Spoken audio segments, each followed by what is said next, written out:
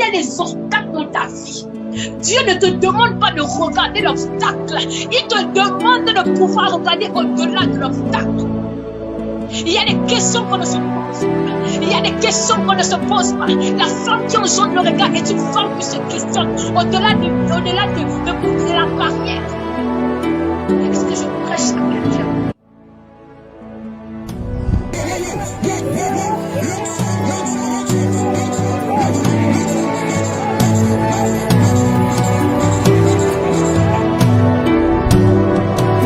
Kala de Bryce, Aterre de Lidica Badoko, Paraka, Shatoli, Agalaya, Yagasu, Arandalaya, Fanila, Shabandere Kutomasia, Shabandere Kutomasia, Shabandere Kutomasia, Kaloni Brahmandalaya, Sutorba, Shaliva, Shaliva.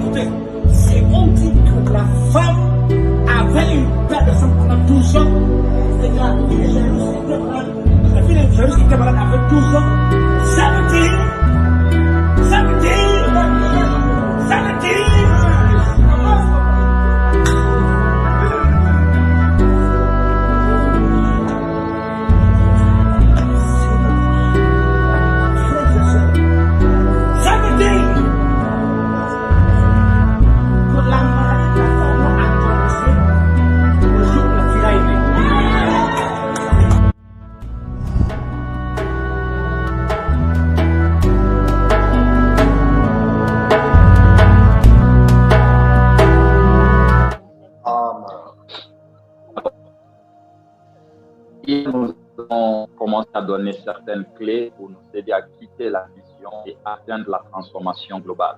Et en abordant certaines de ces clés, je vais mentionner la clé de l'onction que j'aurais souhaité développer aujourd'hui. Fort heureusement, parce que je me préparais pour ce moment, le Seigneur a placé d'autres clés dans mon cœur et il m'a donné une vidéo de message. Je pense que nous parlerons peut-être de l'onction demain, comme la clôture. Et spécifiquement, je traite demain de l'onction pour l'impact. Parce que qui dit transformation globale, qui impact, donc nous serons par grâce de Dieu de l'onction pour l'impact. Et ce soir, je voudrais continuer à poursuivre avec certains qui peuvent nous aider à entrer dans la transformation globale. Et je veux que tu me suives vraiment parce qu'aujourd'hui, nous allons aller dans des dimensions extraordinaires. Et pour ce aujourd'hui, je vais prendre vraiment un texte vraiment simple avec lequel nous allons commencer. Et au fur et à mesure, nous allons monter. Je voudrais commencer avec Amos, le chapitre 7. Amos, le chapitre 7. Après, il peut lire Amos, chapitre 7. Nous allons aller au verset 12 jusqu'au verset 15. Amos, chapitre 7, 12 jusqu'au verset 15. Si quelqu'un n'a pas trouvé, on peut déjà continuer. C'est la substance du verset et c'est ce qui m'intéresse. J'aimerais qu'on puisse lire alors de ce message. Je peux noter le deuxième rang si quelqu'un peut lire.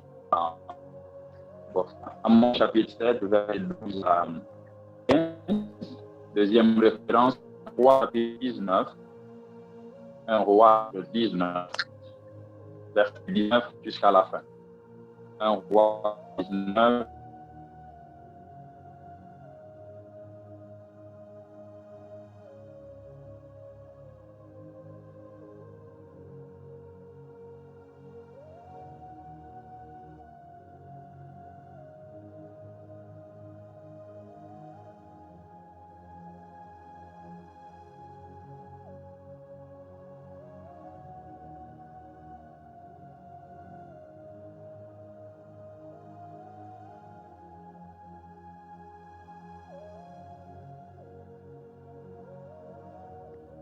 L'homme de Dieu a quelques soucis de connexion. Mère, et je te...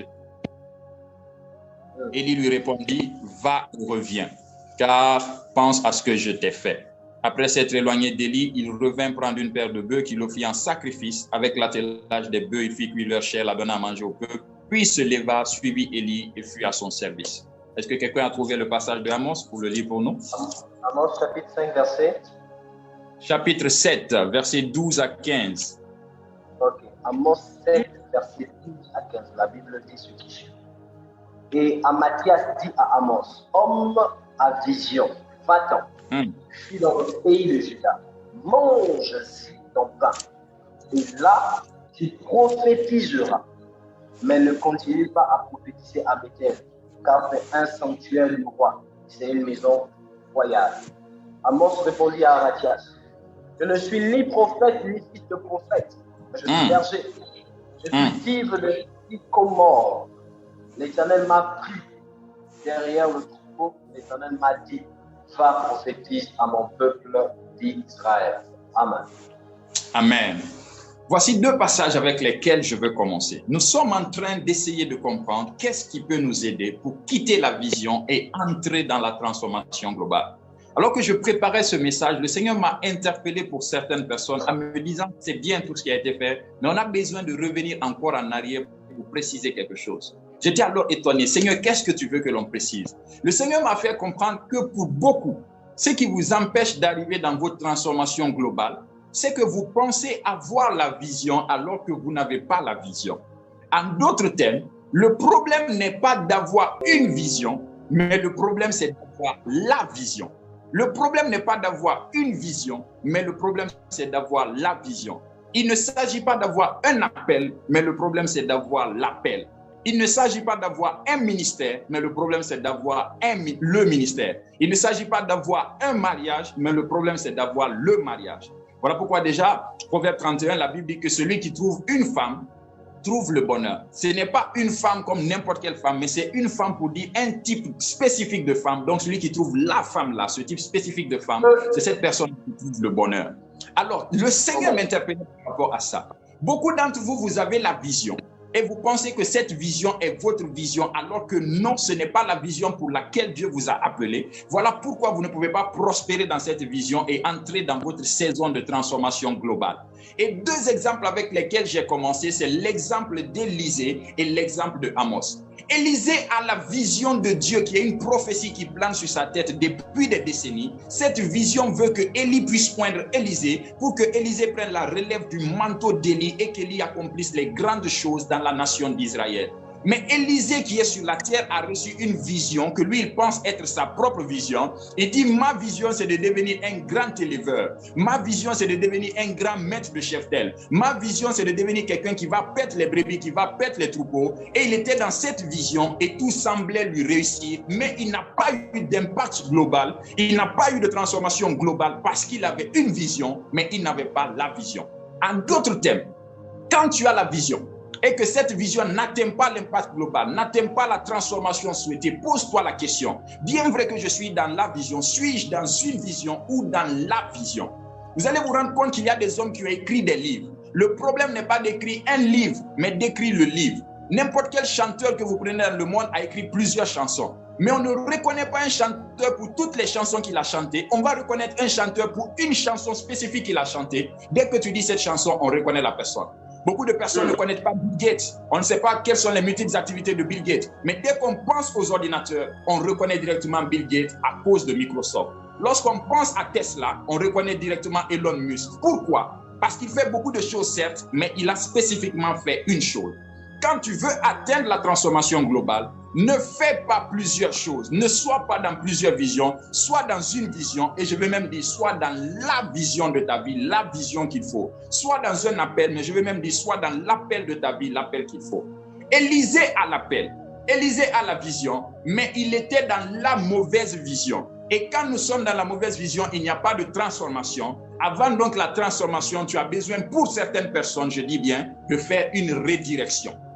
C'est une parenthèse que le Seigneur m'a dit d'ouvrir, parce qu'il y a des gens qui sont en train d'écouter ce message. Vous êtes certes dans une vision et vous pensez être dans la bonne vision alors que Dieu vous veut ailleurs. Vous avez besoin d'avoir une redirection dans votre vision afin d'être dans la vision que Dieu a prévue pour vous. Élisée était derrière le troupeau. Tu es appelé en tant que prophète. Qu'est-ce que tu fais derrière le troupeau de Dieu? Amos était appelé en tant que prophète, mais Amos était derrière le troupeau en train de paître. Et les passages que nous lisons nous expliquent les choses. Élie est venu, il trouve Élisée derrière les paires de bœufs et il lui dit non, les paires de bœufs là, ce n'est pas ta vision, laisse les paires de bœufs, suis-moi. Et entre maintenant dans la vraie vision que Dieu a pour toi. Amos dit, je ne suis pas un prophète, c'est ce qu'il pensait. Je ne suis pas fils de prophète, c'est ce qu'il pensait. J'étais derrière le troupeau, les brebis là-bas. Et Dieu m'a dit, laisse les brebis, va et prophétise, car je te donne une redirection pour que tu puisses rentrer dans ta transformation globale. Je ne sais pas dans quel domaine tu te trouves en ce moment que tu crois être ta vision. Si Dieu t'a appelé à être un évangéliste et que tu vas te mettre au protocole, tu n'es pas encore dans la vision, tu n'auras pas la transformation globale. Si Dieu t'a appelé à être un prophète et que tu vas te mettre au niveau des chantres, tu n'es pas encore dans ta vision, tu n'auras pas la transformation globale. Il y a pour certaines personnes, Dieu vous fait passer dans plusieurs départements ou dans plusieurs domaines pour vous préparer, pour vous équiper à ce à quoi il vous appelle réellement. Mais vous perdrez votre temps tant que vous ne découvrez pas la véritable vision que Dieu vous a assignée avant que vous ne veniez sur la terre. Écoute-moi très bien. Si pour ton impact sur la terre, Dieu a dit que tu dois être un prédicateur et tu te transformes en coach de développement personnel, quelle que soit la façon dont tu vas réussir là-bas, tu ne réussiras pas parce que ta place est d'être un prédicateur. Écoute-moi très bien. Si Dieu t'a appelé à être une prophétesse et que tu t'es transformé en femme d'affaires, quelle que soit la façon dont tu vas réussir là-bas, tu n'auras pas d'impact global, tu n'auras pas de transformation globale parce que tu n'es pas faite pour les affaires, mais tu es faite pour être une prophétesse qui va parler aux nations. Écoute-moi très bien. Si Dieu t'a appelé à être un évangéliste, arrête d'être un pasteur qui s'assoit dans l'église. Sors et va gagner les âmes dehors parce que c'est à cela que Dieu t'a appelé.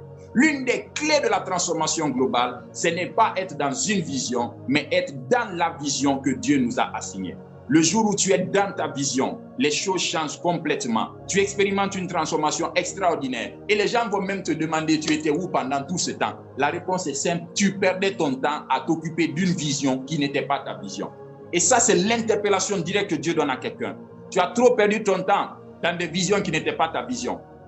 Retourne dans la vision initiale, la vision que Dieu a pour toi. Et quand tu seras dans cette vision, le Seigneur va beaucoup te faire du bien. Et là, je suis maintenant dans Ésaïe le chapitre 6. La Bible dit que la 6e année du règne du roi Osias, Ésaïe a eu une vision. Quand il a eu une vision, il a vu le Seigneur qui était sur son trône, il a vu les séraphins qui avaient des ailes et tout cela. Quand vous lisez Ésaïe chapitre 6 du premier verset jusqu'à la fin, vous comprenez. Au verset 8, Dieu pose une question à Ésaïe. Il demande qui enverrai-je? Qui parlera pour nous? Qui marchera pour nous? Qui est-ce qu'on va envoyer pour la mission? Ésaïe était pourtant déjà un prophète. Ésaïe prophétisait chapitre 1. Ésaïe prophétisait chapitre 2, chapitre 3, chapitre 4, chapitre 5. Et Dieu vient, il parle au prophète Ésaïe, il pose une question. Il demande qui est-ce qu'on va envoyer. Est-ce que Dieu ne savait pas qu'Ésaïe était déjà en train de prophétiser? Est-ce que Dieu ne savait pas qu'Ésaïe était déjà en train de rendre le ministère? Dieu savait qu'Ésaïe rendait le ministère. Dieu savait qu'Ésaïe prophétisait. Mais Ésaïe ne rendait pas le ministère selon le plan et la vision de Dieu. Il avait donc besoin d'une redirection afin d'avoir la transformation globale. Et à partir d'Ésaïe chapitre 6, quand vous lisez, les prophéties d'Ésaïe ont atteint des dimensions extraordinaires. Il était capable de voir les mystères, il était capable de voir les créatures, il était capable de voir le temple de Dieu. Il était même capable de prophétiser la venue de Jésus-Christ de Nazareth. Ésaïe chapitre 1 jusqu'au chapitre 5 n'a jamais vu les choses de Dieu. Mais à partir du chapitre 6, quand il a cette vision et que Dieu redirige, change sa mentalité, le transforme et le place dans la redirection de son appel, au chapitre 7, Ésaïe commence à prophétiser sur Jésus. Il a prophétisé sur Mahesh Alalashbaza. Il a prophétisé sur la Vierge qui sera enceinte et qui va enfanter un fils auquel on va donner le nom d'Emmanuel. Et il a donné des prophéties qui ont changé catégoriquement le ministère prophétique d'Ésaïe, au point où Dieu a fait de Ésaïe un résumé de la Bible. Parce que quand vous lisez la Bible, on a 66 livres. Quand vous lisez Ésaïe, il a 66 chapitres. Quand vous lisez la moitié de Ésaïe, vous comprenez l'Ancien Testament. Quand vous lisez l'autre moitié de Ésaïe, vous comprenez le Nouveau Testament. Pourquoi? Parce qu'un jour, Dieu a dit à Ésaïe, certes, tu es dans une vision, certes, tu es dans un appel, mais sors d'une vision et rentre dans la vision. Quand tu es dans la vision, tu obtiens l'impact et la transformation globale. Je voudrais dire à quelqu'un ce soir, c'est vrai que tu as une vision, c'est vrai que tu as un appel, c'est vrai que tu as un ministère.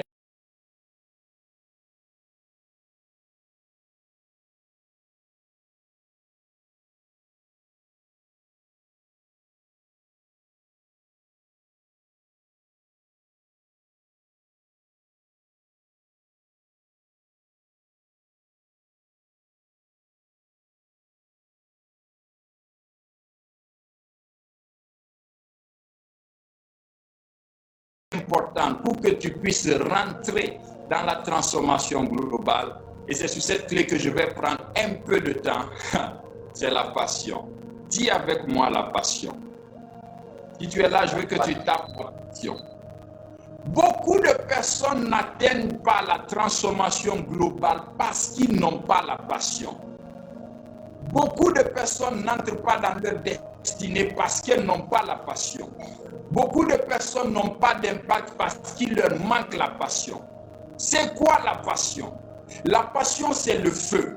La passion, c'est le degré. La passion, c'est l'intimité. La passion, c'est l'agressivité. La passion, c'est la ténacité. La passion, c'est la persévérance. La passion, c'est la capacité. La passion, c'est la brique ou la fondation qui va te tenir pour t'aider à pourchasser la vision que tu as donnée. Toute vision sans passion finit dans un cimetière. Toute passion derrière une vision conduit à la transformation. J'aimerais le répéter. Toute vision sans passion finit dans un cimetière. Mais toute passion derrière une vision.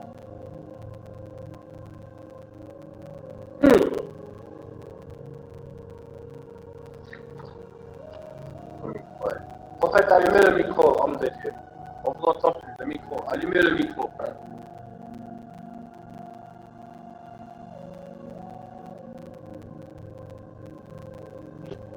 Est-ce que le son est toujours bon? C'est super.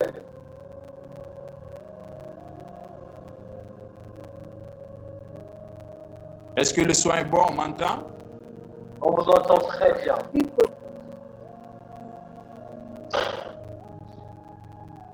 Ok. J'étais donc en train de parler de la passion. Et vous allez vous rendre compte que si vous avez la passion, vous allez forcément atteindre la transformation.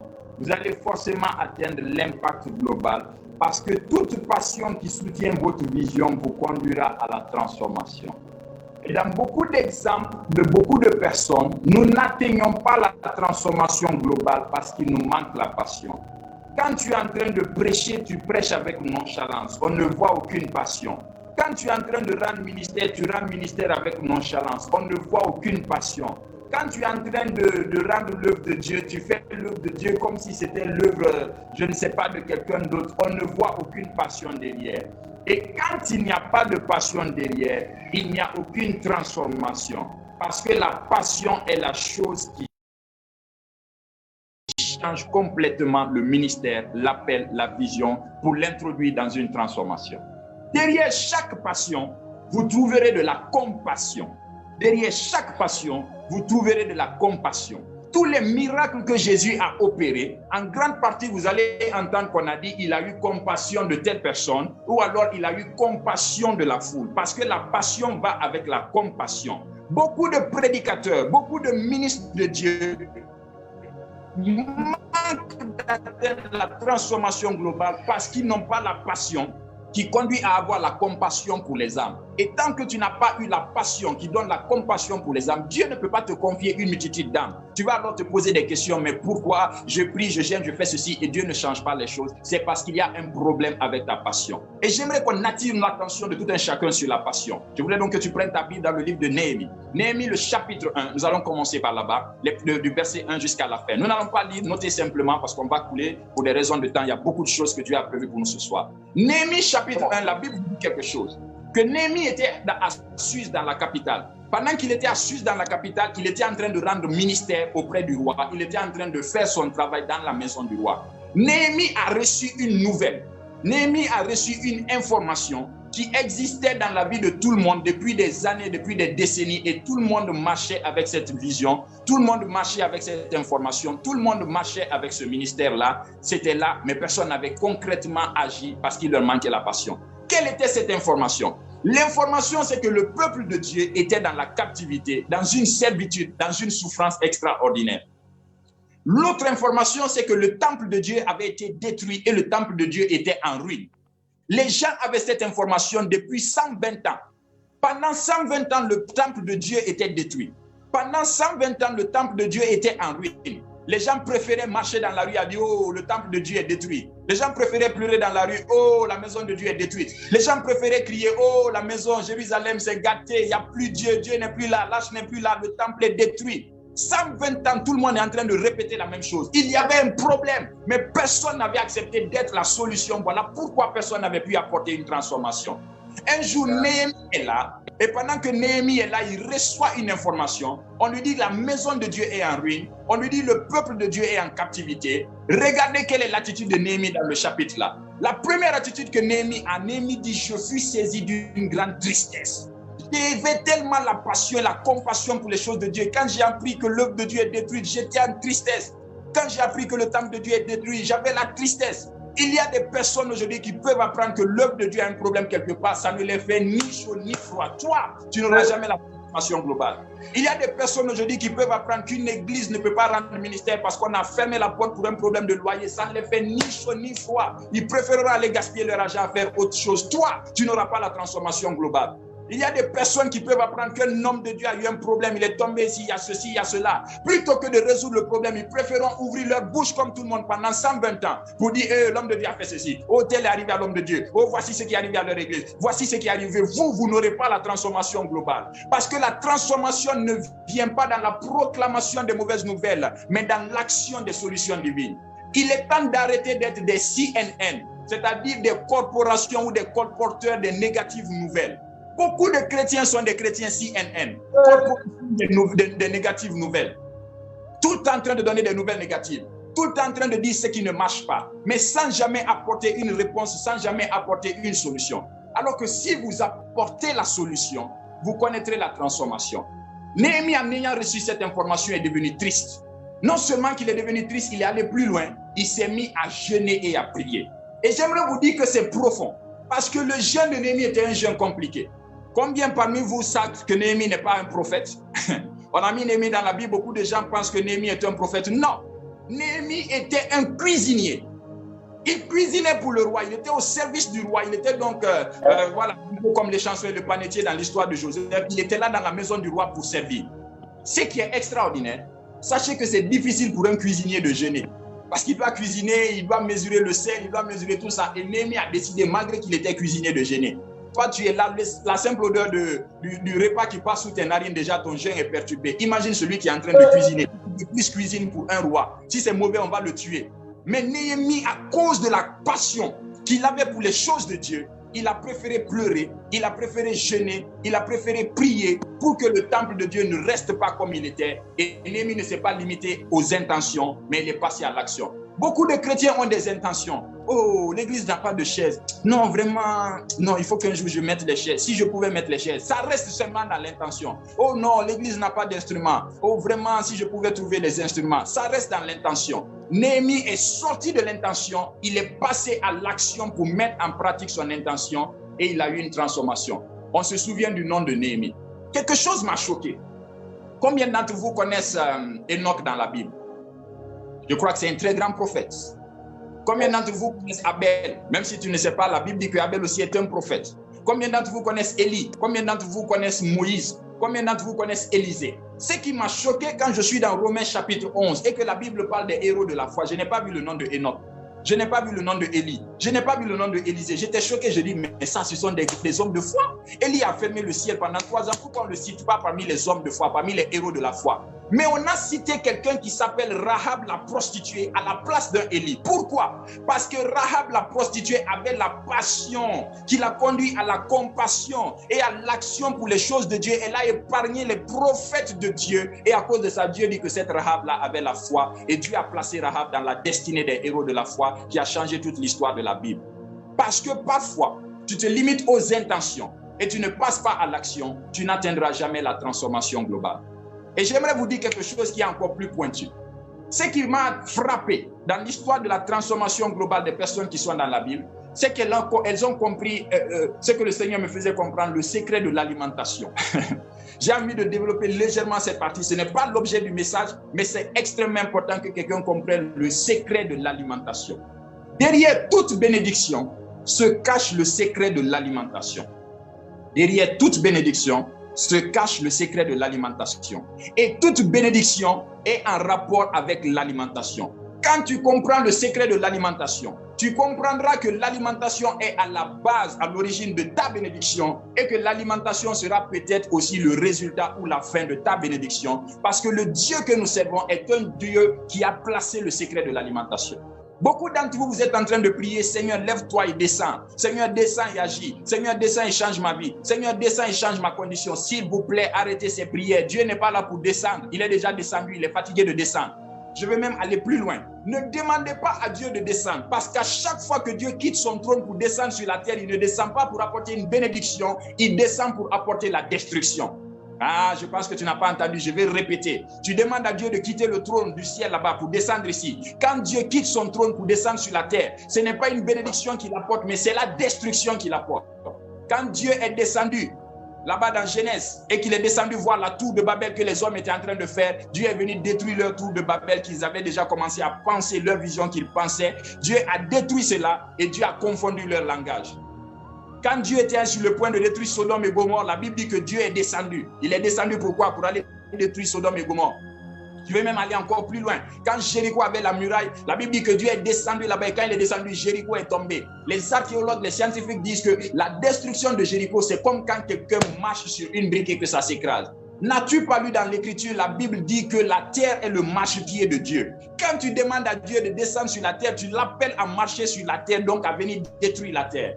Mais il y a une bonne nouvelle derrière le fait qu'on fait quitter Dieu de son trône pour le faire descendre sur la terre. Et cette bonne nouvelle, c'est le secret de l'alimentation. Le seul moment où Dieu peut descendre sur la terre, sans détruire la terre, sans créer de problèmes, sans mettre de dégâts et apporter la bénédiction, c'est lorsque Dieu trouve l'alimentation sur la terre. Ah, je sens que je vais monter pour choquer quelqu'un. Le secret de l'alimentation. Dieu a quitté son trône. Il est venu dans la triple dimension. Abraham a vu Dieu qui était en train de passer. Il dit, mon Seigneur, ne passe pas loin de moi. Attends d'abord. Viens que je te prépare à manger avant que tu ne continues ton chemin. Dieu a mis pause à son voyage. Il est rentré dans la maison de Abraham. Pourquoi? Pour manger. Le secret de l'alimentation. N'as-tu pas lu que les parents de Samson ont vu cet ange-là? qui était l'ange de l'Éternel. Et quand ils ont vu l'ange, et l'ange envoyé par Dieu, ils ont dit non, toi tu es l'ange de l'Éternel, il n'y a pas de problème. Attends, nous on va d'abord te faire une offrande. L'ange a pris pause, il s'est arrêté pour prendre l'alimentation qu'on lui a préparée. N'as-tu pas vu Gédéon qui a rencontré cet ange qui lui a dit vaillant héros? Et quand il a vu l'ange, il dit non, ne t'éloigne pas d'abord, attends que je prépare quelque chose. L'ange a attendu pour recevoir quelque chose pour manger avant de poursuivre son chemin. Dieu est fortement intéressé par l'alimentation. Beaucoup de prophètes n'arrivent pas aujourd'hui à prophétiser. Pourquoi? Parce qu'ils ont faim. Est-ce que je suis en train de dire à un prophète d'être un prophète du ventre? Non. Ce que je suis en train de dire aux chrétiens, c'est de te dire que ta destinée est peut-être bloquée à cause d'un prophète qui n'a pas mangé. Je sens que je suis en train de... Élie est venu rencontrer la veuve.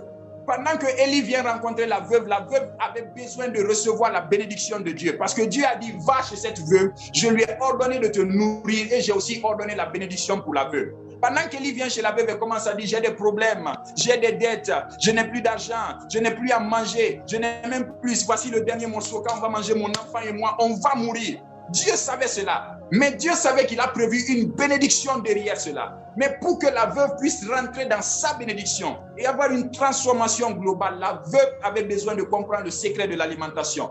Voilà pourquoi quand elle parlait au prophète, elle a raconté toute sa vie. Le prophète lui a dit, d'accord, j'ai compris, mais donne-moi d'abord à manger. Et c'est quand le prophète a mangé que l'huile a commencé à couler, que la farine a commencé à couler, que la résurrection a pu s'opérer, parce que quand l'alimentation est placée, Dieu aussi est obligé de se mettre en action. Ce que j'aime dans les psaumes, la Bible dit que Dieu siège au milieu des louanges de son peuple.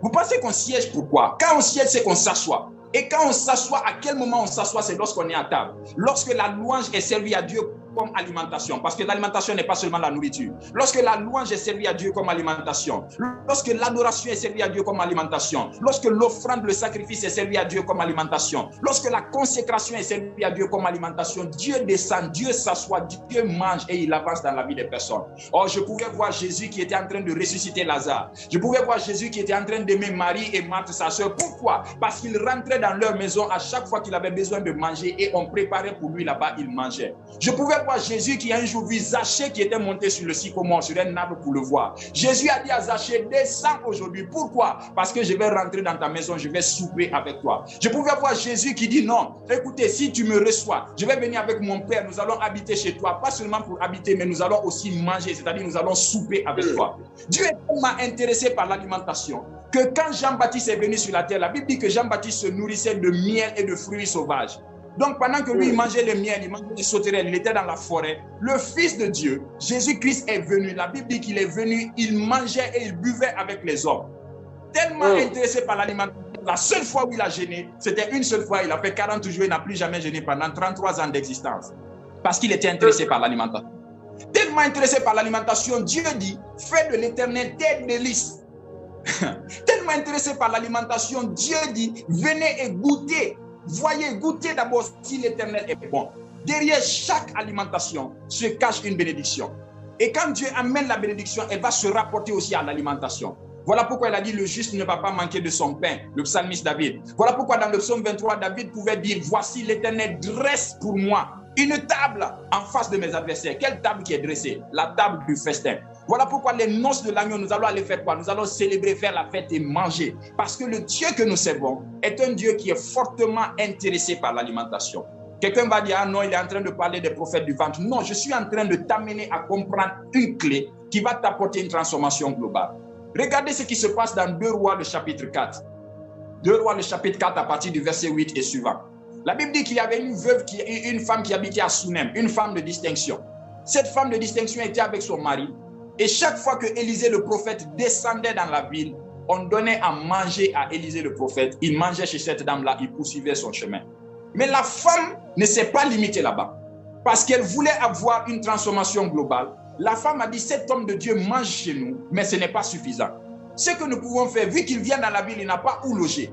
Nous allons aménager la chambre haute qui est là-bas. Nous allons ranger, nous allons mettre un lit, mettre tout ce qu'il faut. Quand l'homme de Dieu vient, l'homme de Dieu va donc séjourner chez nous. La femme avait compris que le secret pour sa transformation globale était de mettre l'homme de Dieu dans la condition de passer un séjour chez elle. Parce que le séjour de l'homme de Dieu chez elle était le séjour des anges de l'homme de Dieu chez elle. Le séjour de l'homme de Dieu chez elle était le séjour de l'onction de Dieu chez elle. Le séjour de l'homme de Dieu chez elle était donc le séjour de la bénédiction de Dieu chez elle. Et cette femme-là a dit à l'homme de Dieu de séjourner. La question que je te pose, est-ce que Élisée a un jour demandé à cette femme de lui donner à manger? Jamais. Est-ce que Élisée a un jour demandé à cette femme de lui donner une maison où il va loger? Jamais. Mais parce que cette femme-là a fait ça délibérément, une bénédiction a suivi derrière. L'homme de Dieu a demandé, qu'est-ce qu'on peut faire pour toi? Tu nous fais trop du bien, qu'est-ce qu'on peut faire pour toi? Beaucoup de personnes, vous ne recevez pas les fruits de l'huile parce que vous ne déclenchez pas et vous ne provoquez pas cette huile-là à couler. Ton pasteur n'a pas de crédit téléphonique et tu attends qu'il ouvre sa bouche pour venir te demander du crédit téléphonique. Quelle bénédiction tu cherches? Ton pasteur n'a pas mangé et tu attends qu'il vienne te demander de la nourriture. Quelle bénédiction tu cherches? Ton prophète n'a pas de costume. Tu sais qu'il aime les costumes, qu'il aime les belles montres. Tu ne lui en offres pas. Tu attends qu'il vienne te demander quelle bénédiction tu cherches. Mais lorsque tu offres un costume au prophète alors qu'il ne t'a pas demandé, lorsque tu offres le pain, le dernier pain, la dernière farine au prophète alors qu'il ne t'a pas demandé, l'huile et la farine ne vont pas manquer dans ta maison. Imagine ton prophète en train de porter ton costume et de parler en langue. Les anges sont en train de se dire, oh mon Dieu, qui est-ce qui a rendu notre prophète si beau, si choco comme ça? Et ces anges-là l'a fait lui apporter une bénédiction. Cette femme ayant compris le secret a logé l'homme de Dieu. Et l'homme de Dieu a demandé, qu'est-ce que je peux faire pour toi? La femme est tellement sage et tout, elle n'a rien dit, elle dit, je vis au milieu de mon peuple. L'homme de Dieu le serviteur lui a dit, non, il manque d'enfants. L'homme de Dieu lui a dit, tu auras un enfant l'année prochaine. Elle n'a pas demandé, mais elle a eu un enfant. Pourquoi? À cause de ce qu'elle a rendu service. À cause de ce qu'elle a eu la passion, elle a eu la compassion et elle s'est mise en action pour répondre à un besoin de l'alimentation et de la condition du serviteur de Dieu. Quelque chose s'est alors passé, la femme a eu un enfant. Ce que j'aime et sur lequel je suis en train d'attirer l'attention, quand la femme a eu un enfant, dites-moi à quel moment cette femme-là a prié. Aucun moment, mais elle a eu un enfant. Et quand la femme devait avoir un enfant, elle a dit au prophète, ne me trompe pas ta servante. Le prophète a dit non, tu auras l'enfant, elle a eu l'enfant. Peu de temps après, la Bible nous dit que cet enfant-là est tombé malade et cet enfant-là est mort. La femme a pris l'enfant et l'a ramené au prophète. Pourquoi? En disant au prophète, je t'avais bien dit, ne me trompe pas. Je suis en train d'aller quelque part. Beaucoup de personnes pensent que la bénédiction vient de la prière. Oui, la bénédiction vient de la prière. Mais toute bénédiction que tu reçois par la prière, elle est conditionnée à demeurer dans la prière. Sinon, un jour, on peut te l'arracher. Ah, je pense que tu n'as pas compris. Je viens quelque part. Tu peux prier pour avoir un mari. La bénédiction du mari viendra dans ta vie à cause de ta prière. Mais si tu ne demeures pas dans la prière pour sécuriser ton mari, une chisa va venir prendre ton mari et te le voler. Pourquoi? Parce que tu as obtenu ce mari-là par la prière. Mais si tu obtiens une bénédiction par le sacrifice, personne ne peut venir te voler cette bénédiction-là. Dieu n'a jamais dit, si vous priez, je vais vous donner la bénédiction et je vais menacer le dévoreur. Mais Dieu a dit, si tu apportes dans la maison du trésor la dîme et l'offrande, en sorte qu'il y ait l'abondance dans ma maison, en d'autres termes, en sorte que je mange, en sorte que je me rassasie, je vais menacer le dévoreur. Dieu sait qu'il y a un dévoreur. Mais si tu pries, Dieu ne menace pas le dévoreur. Si tu jeûnes, Dieu ne menace pas le dévoreur. Si tu vas à la retraite sur la montagne, Dieu ne menace pas le dévoreur. Mais le jour où tu comprends le secret de l'alimentation, tu apportes à la maison du trésor la dîme et les offrandes, Dieu dit en ce moment-là, je me lève et je menace le dévoreur. En d'autres termes, la femme en ramenant l'enfant, en venant voir le prophète pour l'enfant qui était mort, la femme a rappelé le prophète, je t'avais bien dit, ne me trompe pas. Je t'ai logé, je t'ai mis, je t'ai fait du bien. Et voici l'enfant que tu m'as donné est mort. Le prophète a dit, laisse cette femme-là parce que l'Éternel a mis son cœur dans l'amertume et il l'a caché. Et Élisée était dans l'obligation de venir ressusciter la femme-là. J'aimerais encore aller plus loin. Est-ce que vous savez qu'il y a eu une résurrection ou un miracle lié à la résurrection dans la Bible? C'est parce qu'il y a eu le secret de l'alimentation ou le secret du sacrifice qui était derrière. Ah, tu n'as pas compris. La Bible dit que Abel a offert un sacrifice à Dieu. Et Dieu a aimé le sacrifice de Abel, il a rejeté le sacrifice de Caïn. Pourquoi? Parce que Adam est cultivateur. Parce que Ève était en train de cultiver. Parce que Caïn est cultivateur. Tout le temps, on amène à Dieu les produits de la terre. On amène toujours les légumes, les produits de la terre. Dieu était fatigué des produits de la terre. Mais le jour où quelqu'un a eu l'idée de changer l'alimentation de Dieu, on dit non, Dieu, maintenant, on ne te donne plus les produits. On va te donner la viande, on va te donner le veau gras, on va te donner les brebis. Dieu dit, ah, lui, c'est quelqu'un qui comprend. La Bible dit que le feu est venu consumer l'autel. Donc, Dieu a agréé l'autel. Il a agréé le sacrifice d'Abel, il a pris ça. Et quand il est devenu jaloux, il tue son frère. Mais à cause du sacrifice de Abel, qui était lié à l'alimentation et un secret très profond, Dieu a placé même le sang d'Abel à un niveau élevé à lui-même. La Bible dit que le sang de Jésus parle mieux que le sang d'Abel. C'est la seule fois où on compare le sang de Jésus au sang de quelqu'un. On ne compare pas son sang au sang des boucs, non. Mais on compare le sang de Jésus au sang d'Abel. Et quand Dieu parle même de venger le sang des gens qui sont morts, on commence à dire depuis Abel le prophète jusqu'au dernier prophète, Dieu va venger leur sang sur cette génération-là. Pourquoi? Parce que Abel avait offert un sacrifice. Parce que Abel était rentré dans la loi de l'alimentation. Vous allez vous rendre compte que Lazare a été ressuscité. Pourquoi? Parce que Marie et Marthe, sa sœur, contribuent à l'alimentation du Messie. Je vais même aller plus loin. Il y a une femme dans le livre des Actes des Apôtres qu'on appelait Dorcas Tabitha. Dorcas Tabitha est morte, elle est décédée. Quand les apôtres sont venus, on dit, oh, qu'est-ce qui s'est passé? Oh non, c'est Dorcas qui est morte. Qu'est-ce qu'on peut faire? On dit, non, non, cette femme-là, cette femme Dorcas-là, quand les orphelins se plaignent, Dorcas agit. Quand les veuves n'ont pas, Dorcas agit. Quand les hommes de Dieu ont ceci, Dorcas agit. Les œuvres de Dorcas ont pesé sur la balance, elles ont parlé et on était obligé de ressusciter Dorcas. Je vais même encore aller plus loin. Dans le livre des rois, vous allez voir un roi qui se nommait Ézéchias. Dieu envoie son prophète, il dit au roi, le roi va mourir. C'était une parole scellée, donnée par un prophète authentique, message venu de Dieu. Mais quand Ézéchias est venu, il déchire ses vêtements. Il dit, Seigneur, je tape le mur, souviens-toi que j'ai fait ça. Seigneur, souviens-toi que j'ai fait ceci pour toi. Seigneur, souviens-toi, il y a ça, il y a ça, il y a ça, il y a ça. Souviens-toi, mon Dieu. Dieu a bloqué le prophète. Il dit, hey, dis à Ézéchias que je rajoute 15 années sur sa vie. Pourquoi? Parce que quelque chose a parlé sur l'autel d'Ézéchias. Tu demandes une transformation globale à Dieu. Seigneur, donne-moi 10 millions. Tu n'es même pas capable de donner 1000 francs de dîme. Seigneur, donne-moi 100 millions. Tu n'es même pas capable de payer ta dîme de 10 000.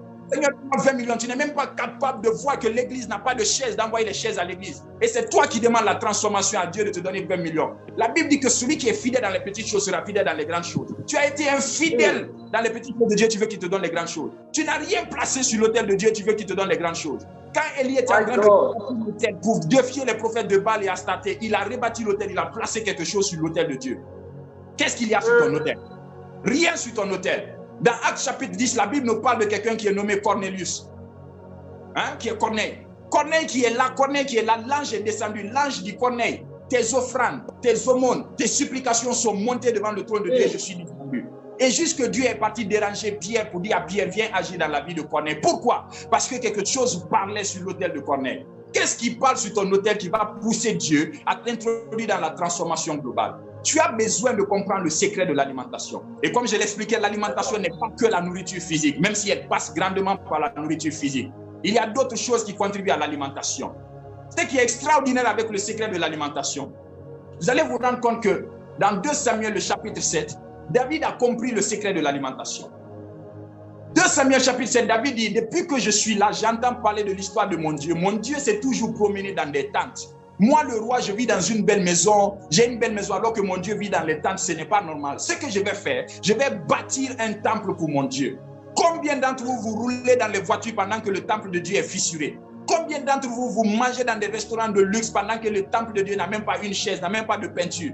Combien d'entre vous, vous êtes là à vivre une vie de luxe pendant que les hommes de Dieu sur lesquels lui il est en train de couler pour vos vies sont sous le poids des dettes?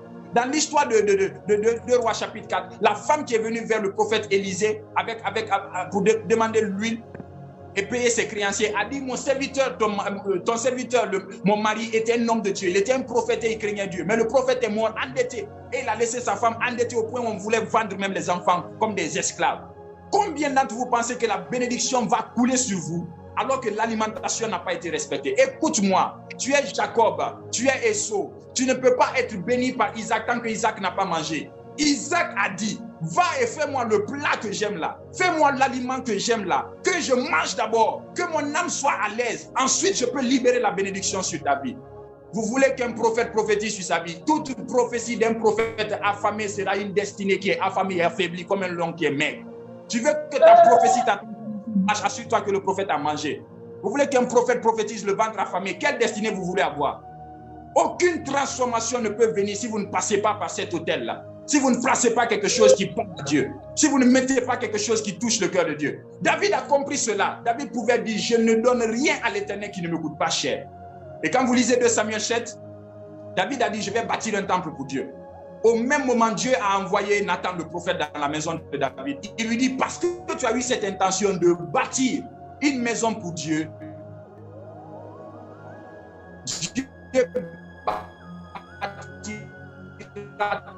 ta maison à jamais. Et pour Dieu, Dieu aussi bâtit ta maison. Écoute-moi, si tu demandes à Dieu une grande destinée, assure-toi que tu payes un grand prix. Assure-toi que tu fais un grand sacrifice. Assure-toi que tu donnes une grande offrande, que tu te consacres véritablement à Dieu. Il y a des gens qui demandent à Dieu des attentes élevées pendant que eux-mêmes, Dieu n'a aucune attente vis-à-vis d'eux. La clé de cette transformation de David a été ce qu'il a fait pour Dieu.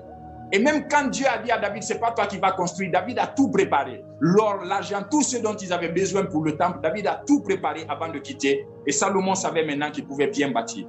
Vous êtes là, vous parlez de Salomon qui a eu la sagesse, qui a eu la richesse comme jamais personne n'avait eu en son temps. Pourquoi? La Bible dit que Salomon a fait un sacrifice. Il y avait tellement de bœufs que Salomon a immolé. Dieu a vu le sacrifice, il est descendu lui-même pour voir Salomon. Vous dit non, demande-moi tout ce que tu veux, je vais te donner. Qu'est-ce que tu fais qui peut toucher le ciel et qui peut descendre? Qu'est-ce que tu fais qui peut apporter une transformation globale dans ta vie? Tu as besoin de te poser cette question-là et Dieu va alors te donner énormément de bien. Et c'est cela la passion. Néhémie avait la passion pour Dieu. Parce que Néhémie avait la passion pour Dieu, il n'a pas eu la paix tant que les murs n'étaient pas bâtis. Quand tu as la passion, l'autre élément après la passion, la compassion qui est toujours dans la passion, c'est que tu deviens focus. Tu deviens focus. Tu ne peux pas atteindre la transformation globale quand tu es distrait. Beaucoup d'entre vous, vous n'arrivez à rien parce que vous êtes trop distrait. Et ce que j'aime avec le mot focus, c'est que c'est un mot anglophone qui signifie follow pour F, O pour one, C pour cause, U pour until, S pour success. En d'autres termes, follow one cause until success. Donc, suivre un seul but, un seul objectif jusqu'au succès. Toi, tu es là aujourd'hui, tu commences à vendre le bissap. Même pas un mois, tu arrêtes le bissap parce qu'à côté de toi, quelqu'un vend le tchèp. Demain, tu commences à vendre le tchèp. L'autre la vend des vêtements, tu laisses le tchèp, tu vas vendre le vêtement. Après demain, on te voit en train de vendre les mèches, les greffages. Après encore, on te voit en train de vendre les sacs, les montres. Après demain, on vient, on te voit, tu es en train de vouloir ouvrir une boutique. Mais tu es où? Sois dans quelque chose. Avance dans quelque chose. Le problème de beaucoup d'entre vous, vous êtes désordonnés. Même dans le ministère, beaucoup sont désordonnés. Aujourd'hui, tu t'appelles apôtre. Demain, tu es évangéliste. Après demain, tu es révérend. Après, tu es bishop. Après,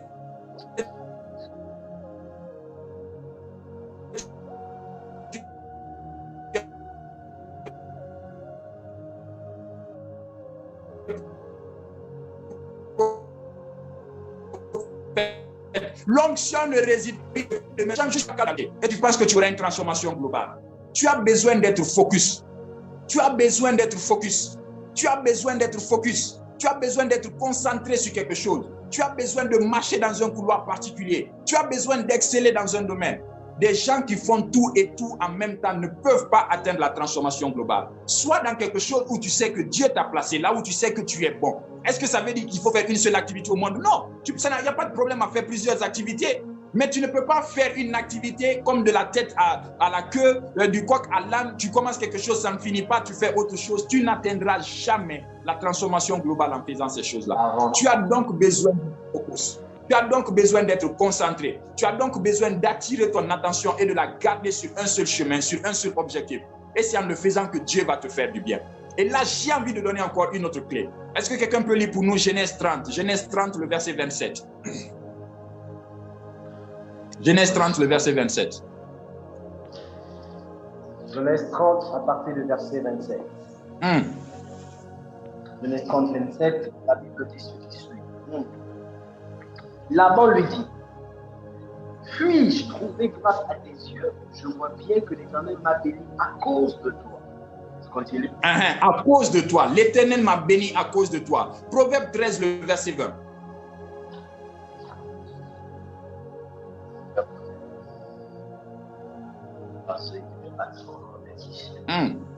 Proverbe 13, à partir du verset 20. Celui qui fréquente la sagesse devient sage. Mais celui qui plaît avec les insensés se trouve mal. Néhémie chapitre 6, versets 3 et 4. Néhémie chapitre 6, versets 3 et 4. Néhémie chapitre 6, à partir du verset 3 au verset 4. La Bible dit: Je leur envoyais des messagers avec cette réponse: j'ai un grand ouvrage à exécuter. Je le fis descendre, le travail sera. On va gagner un temps, on va se limiter là. Regardez ce qui se passe. La loi de la concentration ou de l'attention ou du focus. Néhémie était en train d'avoir la passion au chapitre 1, au chapitre 2 et suivant. Il s'est mis à l'action, il a traduit ça en réalité.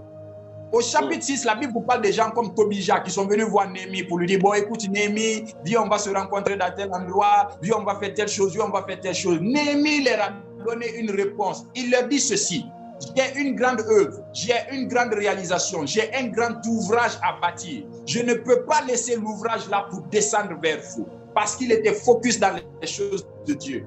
Combien d'entre vous, vous êtes en train de faire les choses de Dieu, les gens vous appellent, vous laissez les choses de Dieu pour aller faire les choses des autres. Vous pensez que vous aurez la transformation globale. Il y a certaines personnes parmi vous, vous n'aurez jamais aucune valeur aux yeux des hommes. Est-ce qu'être disponible? Non. Mais si à n'importe quel moment on peut te déranger, on n'a même pas besoin de ta permission. On sait que tu l'écris à 2 heures, il est là. Tu l'écris à 4 heures, il est là. Tu l'écris à 8 heures, il est là. Tu l'écris à 10 heures, il est là. Personne ne va valoriser ton temps. Il y a des personnes, quand il y a un mariage, on les informe le jour du mariage.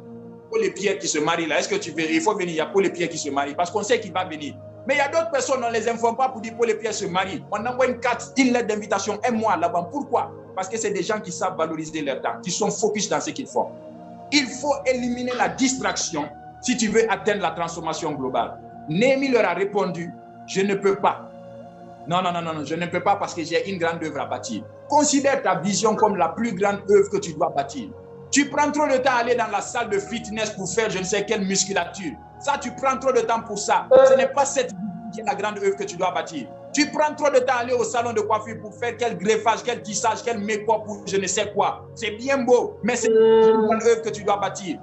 Tu prends trop de temps à aller à l'école là-bas, faire pour physique, chimie, droit, économie, tout ce que tu veux. Mais ce n'est pas la plus grande œuvre que tu dois bâtir. Est-ce que je dis que l'école est mauvaise? Non, il faut aller à l'école. Il faut aller au salon de coiffure, faire le sport, tout ce que tu veux, il n'y a pas de problème. Mais quelle est la vision que tu as? La vision là est la plus grande œuvre que tu dois bâtir. Et rien, ni personne ne doit te déconcentrer de cette vision si tu veux entrer dans la transformation globale. Tu dois apprendre à être concentré. Tu dois apprendre à éliminer la distraction. Tu dois apprendre à être focus. Ainsi, tu peux rentrer dans ta dimension de transformation globale. Et l'autre clé que j'étais en train de développer, c'est la clé de la compagnie. La Bible dit que les mauvaises compagnies corrompent les bonnes mœurs. Mais le passage qui m'intéresse, c'est surtout le passage de Proverbe 13. Le Proverbe 13 nous dit que celui qui marche avec les sages devient sage. Oublie sage, mets les mots que tu veux. Celui qui marche avec les pauvres, il devient pauvre. Celui qui marche avec les têtus, il devient têtu. Celui qui marche avec les imbéciles, il devient imbécile. Celui qui marche avec les riches, il devient riche. Celui qui marche avec les intelligents, il devient intelligent. Mets tout ce que tu veux là-bas, c'est pas moi, c'est la Bible. Tu marches avec les pauvres, tu deviendras pauvre. Donc cela t'implique la loi de l'association ou de la fréquentation. Quelles sont les fréquentations que tu as? Tu as plus de 200 personnes, 400 personnes dans tes contacts. Tu as besoin de 10 000 francs. Personne n'est capable de te donner. Supprime leur numéro, change de contact. Tu as besoin de personne n'est capable de donner. Est-ce que c'est des contacts ça? C'est des relations ça? Est-ce que ce sont des relations qui peuvent te donner une transformation globale? Tu as besoin d'avoir des relations qui croient en toi. Tu as besoin d'avoir des relations qui peuvent t'encourager. Tu as besoin d'avoir des relations qui peuvent te booster. Prophète Asa fait dans le ministère. Prophète Asa fait des lives. Si tu fais partie de mes contacts, tu ne m'as même pas donné un pass un jour pour que je paye ma connexion, je te supprime. Tu n'es pas quelqu'un qui peut m'amener à la transformation globale. Si tu fais partie de mes contacts, tu me dis, prophète, je t'encourage. Prophète, tu prêches bien. Prophète, continue Dieu avec toi. Je te supprime parce que tu ne peux pas me conduire à la transformation globale. Son Jeanne, il lui a dit, je sais que l'Éternel m'a béni à cause de toi. Il y a des personnes dans ta vie qui sont une source de bénédiction. Mais il y a des personnes dans ta vie qui seront une source de malédiction, une source de problème, comme Lot pour Abraham. Le temps d'éliminer des Lot dans ta vie est arrivé si tu veux avoir la transformation globale. Il y a des Lot qui doivent disparaître de ta vie. Des personnes qui ne t'encouragent jamais. Des personnes qui ne te soutiennent jamais. Des personnes qui ne te motivent jamais. En fait, toute personne qui sous-estime ta vision est un Lot. Élimine-le. Toute personne qui ne croit pas en ta vision, élimine-la. Toute personne qui ne soutient pas ta vision, élimine-les. Les gens qui te disent non, demain on sera là pour toi. Si tu n'es pas là quand je porte la croix, ne viens pas le jour où je suis sur mon trône de gloire. Si tu n'es pas là quand je dois traverser la mer rouge, ne viens pas le jour où je vais rentrer à Cana. Voilà pourquoi quand les disciples devaient choisir le remplaçant de Judas, ils ont dit choisissons quelqu'un qui était avec nous depuis le premier jour. Il y a des hypocrites qui ne sont là que quand le lait et le miel coulent. On n'a pas besoin de toi. Tu veux rentrer dans la saison de la transformation globale, tu as besoin de sélectionner ton association. Tu as besoin de sélectionner tes fréquentations. Tu as besoin de sélectionner ton entourage. Ça te sert à quoi les 200 contacts que tu as, les 300 contacts que tu as? Si ce n'est pas pour publier une story sur WhatsApp, sur Facebook, on va dire, oh, tu es beau aujourd'hui, tu es belle aujourd'hui, nice, cool. Après ça, rien. Et tu crois que tu vas atteindre la transformation globale avec ces choses? La Bible dit, celui qui marche avec les sages, la personne devient sage. Celui qui marche avec les sensés, la personne devient sensée. Avec qui est-ce que tu marches? Derrière cela, il faut aussi reconnaître la personne qui est dans ta vie. Laban a reconnu qu'il était béni à cause de quelqu'un. Est-ce que tu sais qu'il y a des bénédictions dans ta vie qui coulent peut-être parce que tu as rencontré le prophète Lazare, peut-être le prophète Jérémie, peut-être le prophète Mimchak, je ne sais pas quel homme de Dieu. Il y a des bénédictions qui peuvent couler dans ta vie parce qu'un homme de Dieu est dans ta vie. Le jour où tu rejettes, où tu frustres cet homme de Dieu, lui, il va cesser de couler dans ta vie. Mais le problème, vous n'entrerez pas dans la transformation globale tant que vous ne savez pas honorer et apprécier les connexions divines que Dieu vous a données. Parce que ces connexions divines sont la source de bénédiction. Le jour où la chaîne est rompue, la bénédiction aussi ne va pas rester avec toi. Il faut savoir valoriser les connexions divines et rejeter toute connexion inutile, toute connexion qui est improductive. Jésus lui-même a dit, l'arbre qui ne porte pas du fruit, on le coupe. Je le répète haut et fort, si tu es fâché, viens te plaindre chez Jésus, pas chez moi. Un arbre qui ne porte pas du fruit, on le coupe. Une relation qui est improductive, coupe-la. Un contact qui est improductif, coupe-le. Une femme, une fiancée qui est improductive, coupe-la. Coupe-le. Yes. Pour que personne ne comprenne pas ces lois. Et je m'adresse spécifiquement à des sœurs. Vous n'atteindrez jamais la transformation globale si vous ne comprenez pas la loi du timing. La Bible dit dans le livre d'Ecclésiaste qu'il y a un temps pour toutes choses sous les cieux, pas dans les cieux, sous. Il y a un temps pour toutes choses. Tu es là, on t'a fiancé 10 ans. C'est quelle fiançaille ça? 10 ans tu es fiancé. Dieu a ses façons de faire, je n'ai rien contre. Mais si tu as perdu 10 ans de ta vie quelque part, quitte. Tu as mieux à faire ailleurs. Est-ce que tu sais à quel moment tu vas rattraper? Il y a des gens qui n'ont pas de vision qui rentrent dans le mariage. Oh non, je vais me marier. Est-ce que vous savez que le mariage est une destination? Et dit, qui dit destination dit une vision au départ. La Bible n'a jamais dit la femme sera l'épouse de l'homme. Elle a dit ce sera une aide semblable. D'accord, on a dit tu es une aide semblable. Si tu es une aide semblable en rentrant dans une relation, demande à l'homme, on va où? Quelle est la vision? Je dois t'aider à faire quoi? Si tu n'as rien à faire pour l'aider, tu n'es pas ton mari. Tu dois être une aide. Un homme qui est parfait, qui n'a besoin d'aide pour rien, qui a réussi dans tout, ce n'est pas un mari. Quitte. La Bible ne t'a pas fait une femme, une suiveuse. On a fait une aide semblable. Et c'est important que les chrétiens comprennent cela. Vous n'atteindrez pas la transformation globale si vous ne comprenez pas ces petits secrets qui sont des secrets minimes. Et là, j'étais dans la dimension très, très naturelle. Je vais maintenant aller dans la dimension spirituelle des choses. Je sens que mon cœur avait besoin de libérer ces paroles pour certaines personnes. Nous ne sommes pas dans un monde de béni oui-oui. Nous ne sommes pas dans un monde de suiveurs. Nous ne sommes pas dans un monde de followers. Ce n'est pas TikTok ici, ce n'est pas Instagram, ce n'est pas Facebook. Nous sommes dans la vraie vie, nous sommes dans la réalité. Tu veux avoir de l'impact global, donne-toi de la valeur. Tu veux avoir de l'impact global, donne de la valeur à ce que tu fais. Tu veux avoir de l'impact global, entoure-toi de bonnes personnes. Si tu n'as que 5 amis, ce n'est pas un problème. Si les 5 amis-là sont productifs. Jésus n'a pas eu besoin de 1000 disciples. Les disciples l'ont quitté et les a laissés.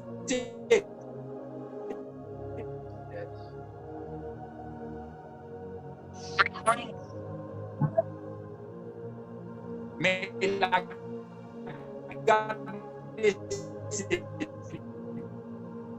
12 qui sont restés. Et ces 12, Deux Rois le chapitre 13. Deux Rois le chapitre 13. Oh my God, je sens que je vais monter. Deux Rois le chapitre 13. Kalo braske la diabrai. Akushamanda le pro la gizo. Au clé de braille kata. Les bros à la bras. Deux Rois le chapitre 13 à partir du verset 14. Deux Rois 13, 14. Verset 14. La Bible dit ce qui suit. Élisée était atteint de la maladie, donc il mourut. Et Joas, roi d'Israël, descendit vers lui, pleura sur son visage et dit, mon père, le char d'Israël et sa cavalerie. Je continue.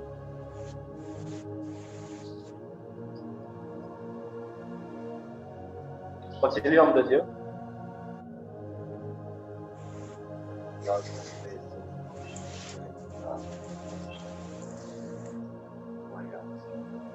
Est-ce qu'on m'entend? Ok, on va devoir se limiter au verset 15 pour gagner en temps. Regardez l'histoire qui est là, qui est très intéressante. Et c'est là où je veux monter dans une dimension spirituelle des choses de transformation. La Bible dit quelque chose, c'est qu'Élisée était malade. Et donc ses jours étaient sur le point de finir. J'aimerais déjà attirer l'attention de quelqu'un sur cette vérité. Même si l'homme de Dieu, le oint de Dieu que tu vois semble être fini, semble être mourant, cela ne signifie pas qu'il a perdu l'onction que Dieu lui a donnée.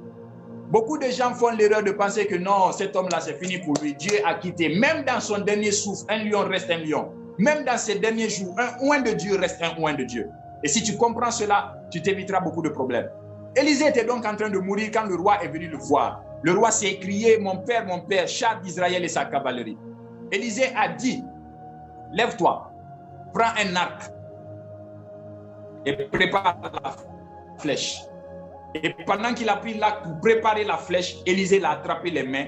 Élisée lui a donné les directions, les instructions et ce qu'il devait faire.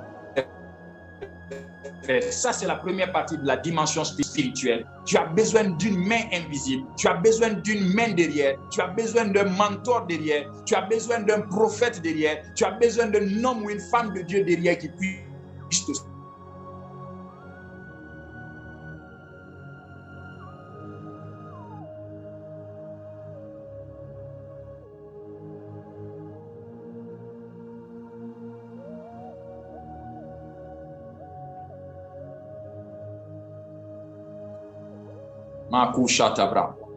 Est-ce que le son est toujours bon?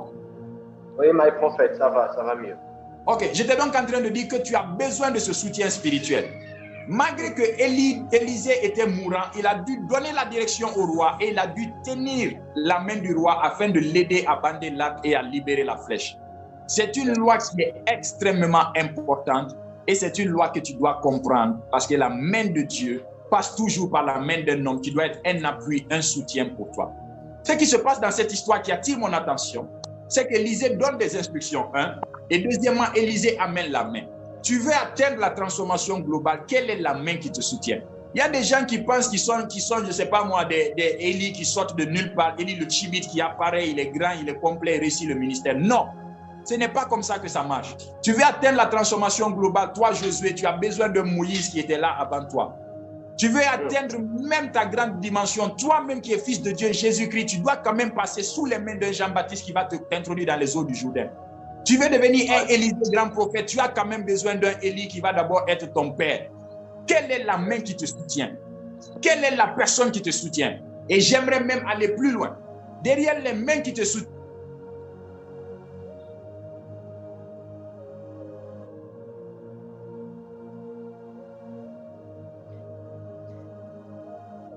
My God.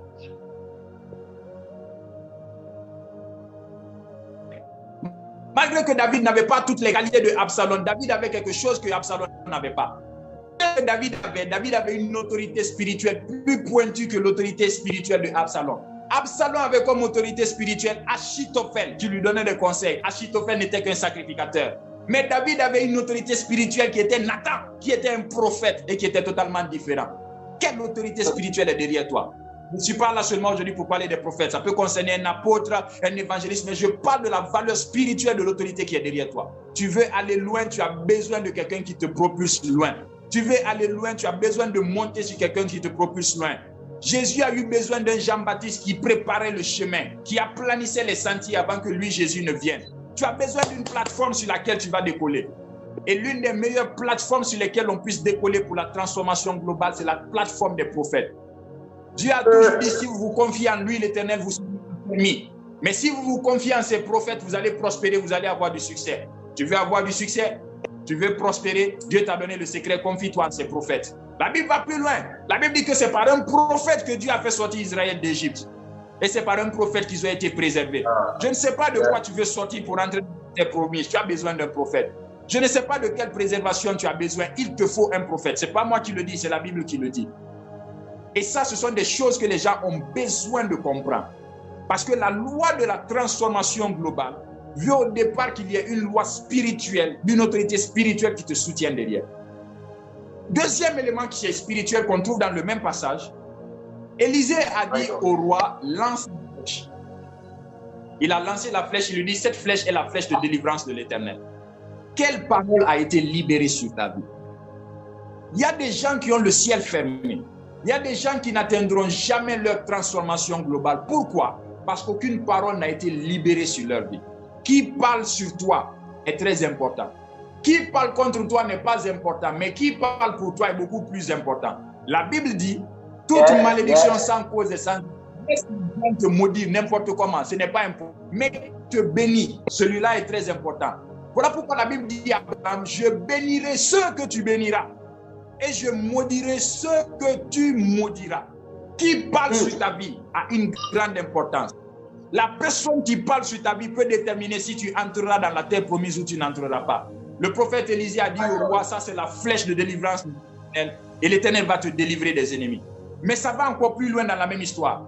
Élisée lui a dit, prends encore la flèche et tire dans le sol. Et le roi a pris la flèche. La Bible dit qu'il a tiré dans le sol 3 fois. Il a tiré dans le sol 3 fois. Élisée est fâché contre lui. Élisée lui a dit, pourquoi tu as tiré 3 fois? Fallait au moins tirer 5 fois. Fallait au moins tirer 5 fois pour que Dieu puisse définitivement exterminer tes ennemis. Et ça, c'est une autre clé spirituelle que tu dois comprendre pour entrer dans la transformation globale. La loi de l'insatisfaction de la satisfaction. Ou bien la loi de ne pas limiter, ou la loi de l'illimité. Qu'est-ce que je suis en train d'essayer de t'expliquer? Aussi longtemps que tu es limité, ton impact sera limité. Aussi longtemps que tu n'élargis pas l'espace de ta tente, comme Ésaïe 54 dit, ta transformation aussi ne sera pas élargie. Dieu dit, élargis l'espace de ta tente, rallonge tes cordages. Pourquoi? Parce que Dieu sera limité là où toi tu as limité Dieu. Dieu sera limité là où toi tu as placé des barrières. Élisée il a dit qu'il fallait tirer au moins 5 fois. Les gens parmi vous, Dieu vous donne l'opportunité de réussir. Au lieu de tirer 5 fois, vous tirez 3 fois. Et après, vous vous étonnez que Dieu ne va pas vous aider. Élisée lui a dit, comme tu as tiré 3 fois, ce n'est pas moi, ce n'est pas Dieu, c'est toi-même qui t'es limité. Tu as tiré 3 fois. Tu ne vas gagner que 3 fois contre tes ennemis. Le reste des fois, là, c'est déjà mort. Tu vas perdre. C'est comme l'histoire de la veuve qui est venue avec les vases. On te dit, amène des vases. Va même chez tes voisins, emprunte des vases. Elle vient avec des vases. Si c'était moi, les vases n'allaient jamais manquer. Pendant que tu es en train de remplir les premiers vases, je vais aller chercher d'autres vases. Ça n'allait jamais finir. On allait remplir les vases pendant une semaine. Il dit que quand les vases étaient tout pleins, l'huile a arrêté de couler. Sur certaines personnes, l'onction ne coule plus parce que vous êtes tombés dans la satisfaction. Le plus grand secret de la transformation globale, c'est d'être insatisfait. Soyez éternellement insatisfait. Je n'ai pas dit ingrat et irreconnaissant, j'ai dit insatisfait. Seigneur, tu m'as donné 200 membres aujourd'hui, je te remercie, je suis très content, mais je sais qu'il y a plus. L'onction ne se limite pas à 200 personnes. Il y a des gens parmi vous, le jour où tu touches 1 million, tu penses que c'est la fin du monde, c'est fini. Et tu limites ton destin, tu limites ta transformation. Il y a des gens, le jour où ils ont 50 fidèles dans leur église, pour eux, c'est fini. L'onction se limite là-bas. Il y a des gens, le jour où il a chassé un démon, ils pensent que, oh, c'est la fin du monde, il a déjà atteint un niveau. Il y a plus que se parler en langue. Il y a plus que faire tomber les démons. Il y a plus que, je ne sais pas moi, guérir les malades. Il y a plus que faire marcher les paralytiques. Il y a même plus que ressusciter les morts. Il y a plus avec Dieu. Mais le problème, c'est que toi, tu es limité. Dieu est une source qui coule sans limite. Mais quel est le récipient que tu envoies devant Dieu? C'est ce qui détermine ta transformation. Quand tu vas à la pompe, tu envoies un bidon de 5 litres. L'eau va couler. Ton bidon va se remplir et tu vas quitter. Quand tu envoies 10 litres, l'eau va couler. Tes 10 litres vont se remplir, tu vas quitter. Qu'est-ce qui t'empêche d'envoyer des fûts, d'envoyer des bassines à Dieu, de 200 litres, de 40 litres pour que ça continue de se remplir? Dieu n'est pas limité. Le problème, c'est le contenant que toi, tu apportes devant la main de Dieu qui rend Dieu limité dans ta vie. Et je suis en train de voir que la transformation, en réalité, c'est l'impact. Toute transformation globale est en réalité un impact global. Et j'aimerais légèrement parler de l'impact, même si je pense qu'on va plus développer ça demain. Qui dit impact dit une décomposition des lettres. Tu as la lettre I, la lettre M, la lettre P, la lettre A, la lettre C et la lettre T. Et vous allez vous rendre compte que c'est un chiffre 6. Parce que le chiffre 6, c'est le chiffre de l'homme qui a été créé en Genèse au 6e jour. Donc, quand Dieu même a prévu l'impact, il a prévu que ce soit bon pour un homme de recevoir l'impact. Et tu as la première lettre qui est la lettre I, qui est la lettre de l'illumination. Il n'y a aucun impact. Il n'y a aucune transformation si tu n'es pas illuminé. Même pour que Dieu puisse créer la terre avait les ténèbres, il n'a pas créé. Il a d'abord dit que la lumière soit. Tant que la lumière de Dieu n'est pas venue sur ta vision, tant que la lumière de Dieu n'est pas venue sur ton mariage, Tant que la lumière de Dieu n'est pas venue sur ton ministère, tu ne peux avoir aucun impact, tu ne peux avoir aucune transformation globale. Tu as besoin de l'illumination. L'illumination est ce qui vient chasser les ténèbres de ta vie. L'illumination est ce qui vient apporter la touche divine sur l'information que tu as. Il y a une grande différence entre l'information et l'illumination. Quelle que soit l'information que tu détiens, elle est inutile sans l'illumination. L'illumination est la révélation divine qui vient s'ajouter à l'information humaine. Et quand tu as l'illumination, tu obtiens la transformation globale. L'illumination est ce qui manque à beaucoup. Voilà pourquoi vous n'entrez pas dans la transformation globale. Et quand vous parlez d'illumination, des chrétiens enfantins sont là, oh non, c'est des sectes, on parle de Illuminati, on parle de je ne sais quoi. Est-ce que Jésus leur a dit qu'ils sont la lumière? Si à nous, Jésus a dit, vous êtes la lumière du monde. Quand tu es une lumière, tu dois être illuminé. L'intelligence doit être illuminée. Ton cerveau doit être illuminé. Ta vie doit être illuminée. Et Jésus a dit, on ne cache pas une lampe, on l'expose pour qu'elle brille. Tu ne vas jamais être exposé pour briller. Tu ne vas jamais recevoir la transformation globale si tu n'as pas d'abord reçu l'illumination. La Bible dit que Dieu est tellement sage qu'il ne peut pas laisser un aveugle conduire un aveugle. Comment tu peux être là, tu n'as aucune illumination et tu veux illuminer cette génération? Comment tu peux être là, tu n'as aucune révélation et c'est toi qui veux nous donner des révélations? Vous pensez que ce que vous appelez révélation est révélation aux yeux de Dieu? Tant que ta révélation n'apporte pas l'illumination qui chasse les ténèbres, c'est qu'il n'y a pas d'illumination. La Bible dit que sur le peuple qui était dans les ténèbres, dans l'ignorance, la lumière s'est élevée. Quand la lumière de Dieu vient, les ténèbres quittent. Quand la lumière de Dieu vient, l'ignorance quitte. Et je vais même choquer quelqu'un. Si tu écoutes un message, si tu écoutes une prédication, une fois, deux fois, trois fois, quatre fois, cinq fois, qu'elle ne chasse pas les ténèbres de l'ignorance dans ta vie, elle n'enlève pas les ténèbres de la médiocrité dans ta vie, tu n'as pas écouté un message qui vient de Dieu. Parce que tout message qui vient de Dieu, voilà pourquoi Jésus a dit, vous connaîtrez la vérité et la vérité vous affranchira parce que sa vérité est une illumination. Ta parole illumine mes sentiers, ta parole est une lampe sur mon chemin, une lumière sur ma vie. Et cette parole de Dieu qui n'amène pas l'illumination dans ta vie. Une parole de Dieu qui te précipite vers le ciel n'a pas d'illumination, il faut rejeter. Une parole de Dieu qui ne change pas ta mentalité n'a pas d'illumination, il faut rejeter. Pour entrer dans la transformation globale, même la nourriture que tu consommes doit changer. Un bébé prend du pain, mais un adulte doit prendre la viande, le poulet, les choses intéressantes et délicieuses. Beaucoup de chrétiens n'entreront pas dans la transformation parce qu'ils n'ont pas l'illumination. Et j'aime ce que le prophète Mimshak était en train de prêcher. Il dit qu'un homme ne peut donner que ce qu'il a reçu du ciel. Si ton pasteur n'a pas reçu l'illumination du ciel, s'il te plaît, va là où il y a l'illumination. Ta vie est trop précieuse. Notre Dieu est un Dieu de lumière. Il n'est pas un Dieu d'obscurité de ténèbres. La Bible dit clairement quel lien a les ténèbres et la lumière. Qu'est-ce que tu fais dans un endroit où il n'y a pas de lumière? Qu'est-ce que tu fais dans un endroit où il n'y a pas de lumière? La prédication n'a pas forcément besoin de parler d'onction, mais elle doit de Dieu. Elle doit ouvrir tes yeux sur des réalités. Elle doit te changer de mentalité. Une parole est utile pour corriger, pour transformer. Quelle tu écoutes qui ne te change pas? Quelle parole tu écoutes qui ne te transforme pas? Toute transformation globale est un impact global et ça commence par la lettre I, la lettre de l'illumination. Et la deuxième lettre, c'est la lettre M. J'aimerais dire deux choses dans la lettre M. La première chose, c'est la mentalité. Et la deuxième des choses, c'est la maturité. Pour avoir une transformation, pour avoir un impact global, tu as besoin de ces deux choses, la mentalité et la maturité. Quand l'illumination vient, la Bible dit quelque chose. La Bible dit, soyez transformés. Tu ne reçois la transformation que par le renouvellement de ton intelligence. Tu as ici au préalable, changer ta mentalité. C'est le secret de la transformation, renouvellement de l'intelligence. L'intelligence est illuminée, transformée. Ta mentalité, tu rentreras dans l'impact et la transformation globale. Le temps est venu où les chrétiens doivent sortir de la mentalité de mendicité, dans la mentalité de sauterelle, dans la mendicité, de la mentalité pauvre, la mentalité des gens qui voient le diable partout. Oh non, il a fait miracle, c'est le diable. On t'a dit que le diable est le de Dieu. Et j'aimerais même choquer quelqu'un. Vous parlez trop du diable. Est-ce que vous savez qu'il y a des démons plus dangereux que le diable? Un jour, j'étais là, je taquinais avec des amis. Je me pose une question. Si on prend tous les problèmes, on dit non, ça, le diable a tenté Ève, c'est pourquoi il y a les problèmes, etc. Je me suis posé une question. Qui a entraîné Satan à se rébeller contre Dieu, à faire tomber l'homme? Parce que certainement, ce n'est pas tombé de nulle part. Il y a peut-être quelqu'un qui a dû inspirer le diable lui-même. C'est une parenthèse qu'on va développer aujourd'hui. Je suis en train d'aller quelque part. Tu as besoin de changer de mentalité.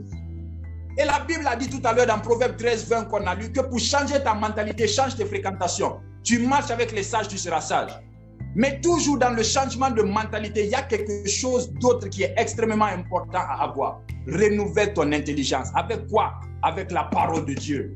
Cette parole-là est ce que Dieu dit de toi. Cette parole-là est ce que Dieu dit que tu peux faire. Cette parole-là est ce que Dieu dit que tu dois faire. Et tu dois croire en cette parole, pas dans une partie, mais dans toute sa totalité. Parce que cette parole-là, c'est ton prototype, c'est ton mode de fonctionnement. Un téléphone a toujours un mode de fonctionnement, un guide d'utilisation. Voilà ton guide d'utilisation quand le Créateur a fini avec toi. Beaucoup de chrétiens sont là avec des mentalités bizarres. Zéro transformation tant que ta mentalité n'est pas la première chose transformée. Et si ta mentalité est transformée, tu vas loin. La Bible dit, tel homme pense, tel il est. Tu te demandes pourquoi tu n'as pas la transformation? Je te donne la réponse. Quelle est ta mentalité? Certains pasteurs sont riches, d'autres ne sont pas riches. Ne cherchez pas loin. Ah non, il a touché à gauche, il a touché à droite. Non, l'un d'entre eux croit à la prospérité pendant que l'autre dit, oh, je ne prêche pas l'évangile de la prospérité. Tu vas mourir dans ta pauvreté. Aucune transformation ne vient si ta mentalité n'a pas changé. Et les chrétiens doivent comprendre cela. Tel homme pense, tel il est.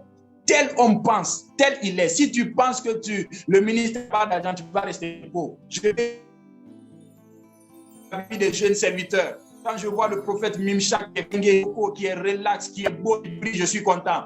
Quand je vois le prophète Azaf qui est mannequin pour dire, pourquoi? Parce qu'il y a quelques siècles ou quelques décennies en arrière, si tu disais à tes parents, je vais épouser un homme de Dieu, on pleurait pour toi, on organisait tes funérailles. Parce que les hommes de Dieu ne ressemblaient à rien. C'était une grosse honte. Gloire à Dieu pour les hommes de Dieu qui ont changé.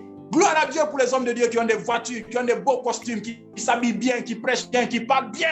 Parce que nous sommes ambassadeurs du roi de gloire, nous ne sommes pas ambassadeurs du pauvre. La mentalité. Pas de transformation si cette mentalité n'est pas transformée. Et une fois que tu as transformé ta mentalité, assure-toi d'avoir la maturité. La Bible dit qu'aussi longtemps que l'héritier est encore un enfant, il hérite un héritier. Mais le problème, tu n'as pas eu l'héritage. Pourquoi? Parce que tu n'as pas encore la maturité. Le jour où tu accèdes à la maturité, tu entreras dans l'héritage. L'apôtre Paul était fâché. Dans Hébreux 5, il dit, oh, j'ai envie de vous apprendre des choses. Vous là, vous devriez déjà être des maîtres, mais vous êtes lents à comprendre. On est fatigué des bébés spirituels. Tout il faut les tirer les oreilles. Oh non, tu sais ceci. On est fatigué de vous apprendre les petites choses. On veut vous apprendre les grandes choses, mais vous êtes lents à comprendre. Jésus même était fâché contre ses disciples. Il dit, jusqu'à quand je vais vous apprendre? Jusqu'à quand je vais vous entraîner? Tellement fatigué, il dit, bon, d'ailleurs même, j'ai beaucoup de choses à vous dire, mais vous n'allez pas comprendre. Heureusement, le Saint-Esprit va venir, va vous entraîner. Le Saint-Esprit est là, les chrétiens sont encore parce qu'ils n'ont pas la maturité.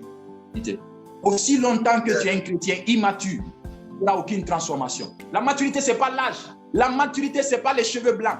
Quand vous lisez l'histoire de Jéhu et les 3 compagnons de Job, Jéhu dit, je pensais que les cheveux blancs là vous donnaient la sagesse. C'est pourquoi je vous ai laissé parler. Mais je me rends compte que la sagesse n'est pas liée à l'âge. Et quand Jéhu a parlé, Job a reçu la sagesse. Il faut des chrétiens matures. Il faut des chrétiens matures. Et j'aimerais provoquer quelqu'un. Si tu es fâché, c'est ton problème. Si tu es immature et que tu te mets sous l'autorité de quelqu'un qui est immature, vous allez être une bande d'immatures qui n'aura que des fruits non mûrs. Beaucoup de gens s'élèvent aujourd'hui. Bébé spirituel immature, il veut qu'on l'appelle daddy, qu'on l'appelle papa, qu'on l'appelle bishop. Tu es mature où? Tu connais quoi? Va à l'école, prends du lait, grandis un peu avant de venir allaiter des gens. Tu n'as même pas de sein, de mamelle, tu viens te dire que je suis mommy, je suis daddy. Bande d'immatures. Si tu es fâché, fâche-toi, va te plaindre chez Dieu. La maturité est importante pour entrer dans la transformation globale. Je le dis tout le temps, la création n'attend pas la manifestation des immatures. La création n'attend pas la manifestation des bébés ou des enfants, mais des fils, des gens qui sont parvenus à la maturité. Le jour où tu auras la maturité, tu comprendras les choses. Tant que tu n'as pas la maturité, tu n'auras rien.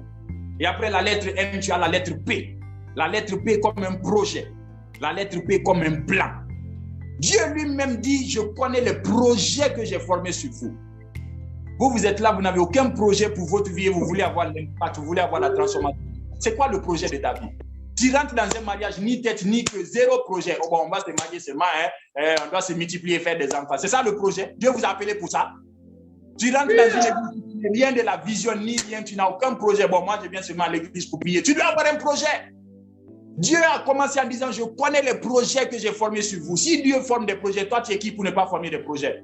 Jésus a dit à ses disciples, quel homme, s'il veut bâtir une tour, ne s'assoit d'abord pour réfléchir à ça. Vous n'aurez jamais de transformation globale si vous ne réfléchissez pas, si vous n'avez pas de projet.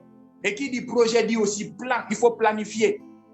Et comme les gens le disent souvent, celui qui ne planifie pas son succès a déjà planifié son échec. Yes. Beaucoup de chrétiens n'ont pas de plan. Tu commences le 1er janvier jusqu'au 31 janvier sans programme, zéro programme. Les chrétiens qui ne savent même pas demain ils vont faire quoi. Ils dorment comme ça, ils se réveillent. On le réveille à 8 h du matin. On a une sortie aujourd'hui, est-ce que tu peux venir? Il est 8 h, je vais voir si je peux venir. Zéro planification. On doit t'appeler, tu dis non, le lundi à telle heure, je suis occupé parce que je dois prêcher à l'ITS Mini. Le mardi à telle heure, je suis occupé parce que j'ai ça. Quelle est la planification de ta vie? Le succès se planifie. Des chrétiens sans planification, et vous voulez la transformation globale. Ça va sur par quel miracle? Apprenez à avoir des projets et apprenez aussi à avoir des plans. Soyez dans la planification parce que même Dieu planifie ces choses-là. Voilà pourquoi Dieu dit au temps favorable, parce que Dieu même a un temps. Dieu planifie les choses. Tu es là, non, je laisse Dieu faire, le lendemain prendra soin de lui. Le lendemain même est planifié parce que Dieu appelle chaque jour à exister. Dieu a planifié premier jour, deuxième jour, troisième jour, sixième jour. Toi, tu es là, tu ne planifies rien. 2020, même chose. 2021, même chose. Zéro plan.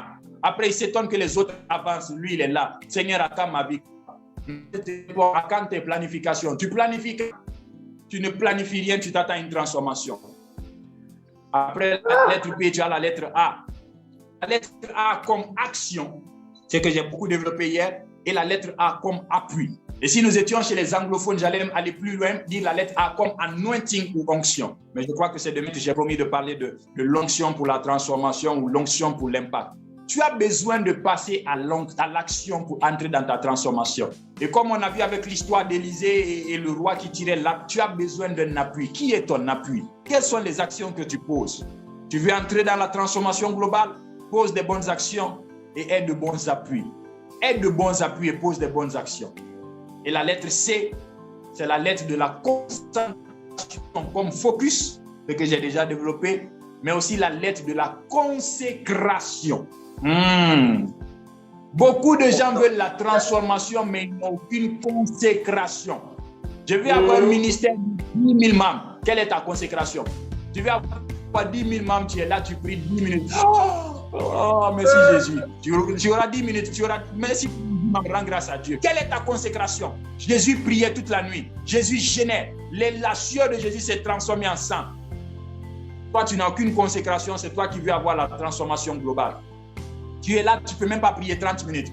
Tu ne peux même pas prier 1 heure. Tu ne peux même pas prier 2 heures. Tu t'appelles prophète des nations. Tu dis à Dieu, donne-moi les nations. Continue. Les démons des nations vont te trouver. Aucune transformation ne viendra si tu n'as pas la consécration. Tu es là, tu sautes à gauche, à droite sur les brebis. On a dit, paie mes brebis. On n'a pas dit, fais jouir mes brebis. Vous êtes là, vous sautez sur les enfants d'autrui en désordre. Pas de consécration. Et vous voulez que Dieu vous donne la transformation. Continue. Tu n'auras aucune transformation en faisant ça. Vous êtes là, on vous a confié les âmes. Vous n'avez pas de passion ni de compassion pour les âmes. Vous sucez les âmes d'autrui.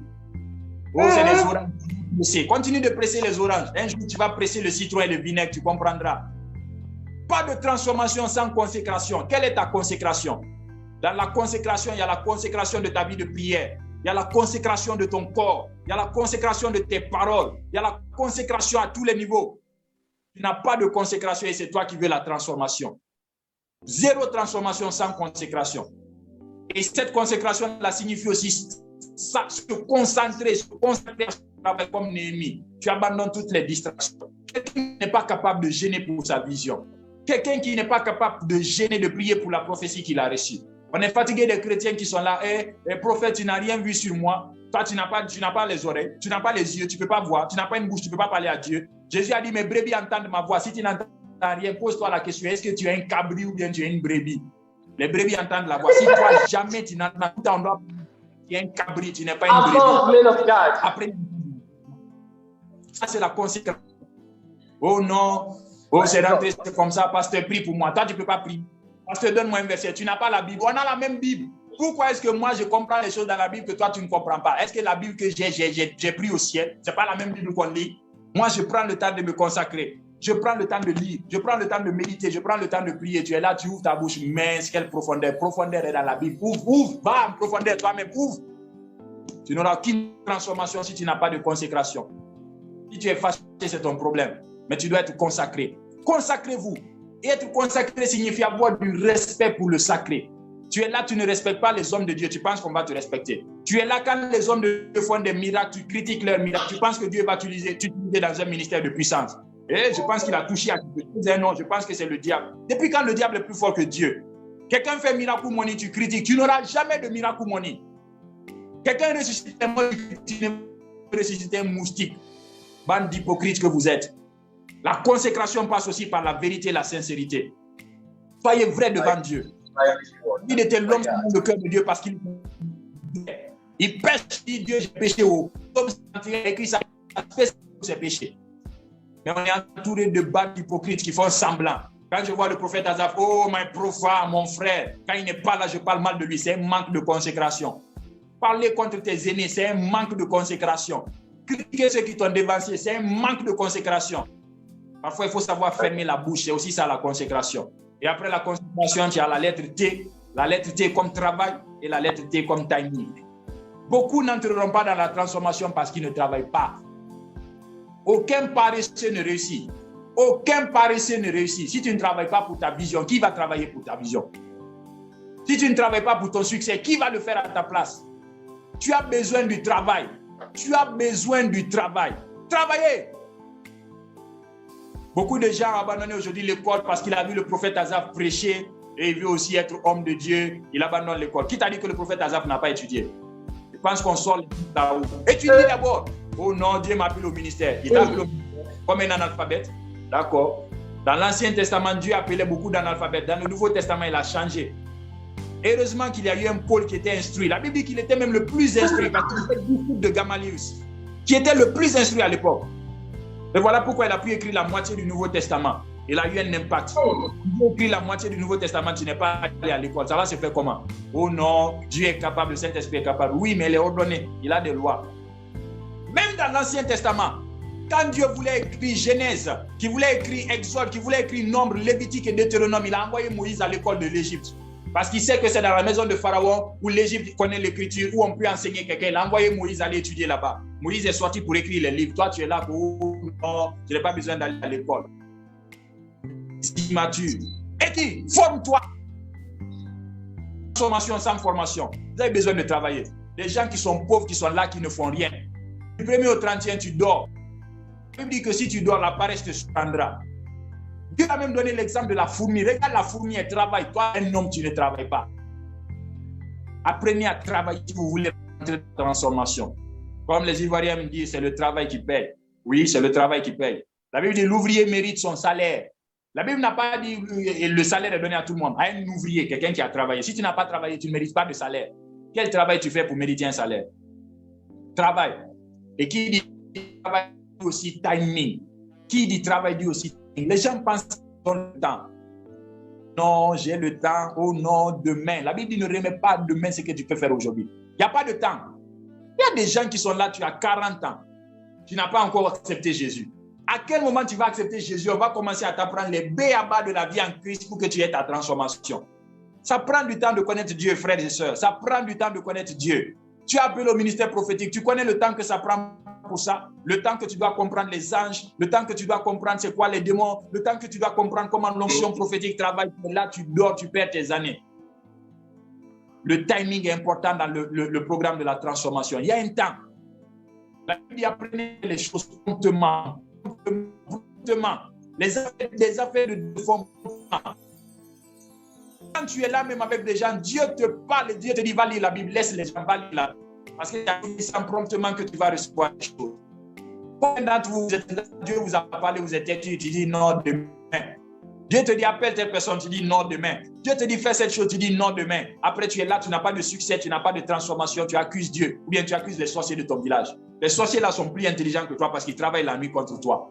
Apprenez à travailler et apprenez à être dans le timing. Ne te dis pas que j'ai beaucoup de temps. Comme j'aime souvent le dire, chers chrétiens, ne sois pas un cimetière avant d'aller au cimetière. Ne sois pas un cimetière avant d'aller au cimetière. Il y a beaucoup de chrétiens qui sont devenus des cimetières. Vous savez, les cimetières, c'est l'endroit où tu vas trouver les plus beaux poèmes du monde, mais qu'on n'a jamais publiés. Les plus beaux livres du monde, mais qu'on n'a jamais écrits. Les plus grands hommes de Dieu du monde qu'on n'a jamais vus, on ne les a jamais entendus prêcher. Pourquoi? Parce que dans leur vie, ils ont refusé de travailler et de comprendre la loi du timing. Tu es là, tu ne sais même pas à quel moment tu vas mourir. Les messages qui sont dans ta bouche là, tu ne peux pas les libérer pour les nations. Les prophéties qui sont dans ton cœur là, tu ne peux pas les libérer pour les nations. Et quand je dis travail, que je dis timing, je vais aller encore plus loin. Je vais aller encore plus loin. Je vais parler d'une transformation à travers la transmission. Il y a beaucoup d'entre vous, votre appel, c'est la transmission. Tu es couché sur une fortune, tu dors sur ta fortune là, tu ne peux pas investir pour que les jeunes aillent de l'avant. Tu as une fortune, tu ne peux pas donner ça à l'église pour qu'elle aille de l'avant. Que ce soit une fortune dans ta tête, que ce soit une fortune dans ta bouche, dans ton cœur ou dans tes poches, tu penses que Dieu t'a donné ça pour que tu meurs, que ça reste là. Tu vas mourir, tu vas laisser ça à des pauvres.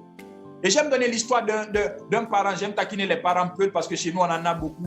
Un parent peul, il se promenait avec 2 millions de francs dans la poche. Il a eu faim. Au lieu de prendre l'argent là, acheter à manger, il dit non, je dois économiser pour demain. Il y a un travail que je dois. Il a économisé les 2 millions dans la poche. Il a grimpé sur un arbre pour arracher un fruit. Il est resté arracher le fruit, il est tombé, il est mort, il a pris 2 millions. Improductif qu'il était. Et beaucoup de chrétiens sont comme ça. Il a des idées. Il a des ressources. La tête. Là où tu es, tu peux enseigner l'économie, tu peux enseigner la mathématique, tu peux enseigner les choses de Dieu. Mais tu t'assois, tu fermes ta bouche là-dessus. Ou en Afrique, un vieillard qui meurt est une bibliothèque qui brûle. Tu veux être un vieillard que tu meurs, on dit la bibliothèque a brûlé. Égoïste que tu es. Il faut apprendre à faire la transmission. Il faut apprendre à faire la transmission. Tout héritage sans héritier n'est pas un héritage. Tu es un mentor, tu n'as pas fait de mentorer, tu n'es pas un mentor. Tu n'as pas formé, assuré ta arrêt, tu n'en pas. Voilà pourquoi ça n'avance pas. Ils vivent, ils font leur vie, ils n'assurent pas l'héritage, ils ne font pas de transmission. Vous voulez une transformation globale, laissez un héritage. On est en train de parler de Jésus, ça fait plus de 2000 ans. Pourquoi? Parce qu'il a fait la transmission. Qu'est-ce que toi tu transmets? Si tu transmets, tu as un impact global. Après, tu transmets. Le peu que tu as donné là, apprends à transmettre. Apprends à transmettre. Et dans cette transmission-là, ne te néglige pas. Rahab était une prostituée, mais Dieu pour transmettre quelque chose. Néhémie qu'on a vu, Néhémie, un cuisinier. Dieu a rebâti le temple à travers Néhémie. Une veuve a nourri un prophète. Un enfant avec des poissons du pain a nourri plus de 5000 personnes. Oh non, Jésus a nourri, c'est l'enfant qui les a nourris. Parce que si l'enfant n'était pas là avec les pains, là, rien n'allait se faire. Tu es là, qu'est-ce que tu as que tu veux donner à Dieu? Même ton peu là peut aider. Tu peux acheter une chaise, tu peux acheter un téléphone, tu peux acheter une caméra, tu peux faire une offrande, tu peux faire une dîme, tu ne fais rien, tu t'attends à une transformation, bah, tu n'auras rien. Absolument rien. Je pense que ce message vient pour interpeller quelqu'un. Tu veux un impact, sois illuminé, sois motivé, sois mature, change ta mentalité, aie des projets, aie des plans, passe à l'action, aie des appuis, trouve une onction, concentre-toi, sois focus, travaille dans le temps et transmets tout ce que l'Éternel t'a donné. Ne sois pas égoïste, transmets. Et alors tu auras la transformation. Dieu bénisse sa parole. Que Dieu te bénisse. My God. Amen. Est-ce qu'on